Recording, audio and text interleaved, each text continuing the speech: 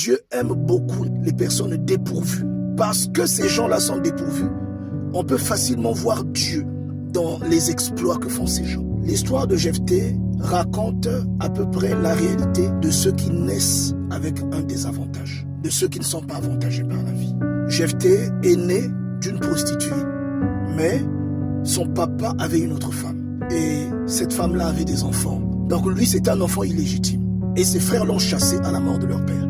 Ils lui ont dit, tu n'hériteras pas avec nous, parce que tu es le fils d'une autre personne. Lorsque quelqu'un est dépourvu de compétences, lorsque quelqu'un n'a pas d'avantage, il vient au monde lésé, il vient au monde, il est défavorisé par la vie, on peut facilement voir Dieu derrière les exploits que cette personne vit. Il est arrivé un moment où la compétence que Dieu avait déposée dans Jephthé est devenue nécessaire pour ses frères.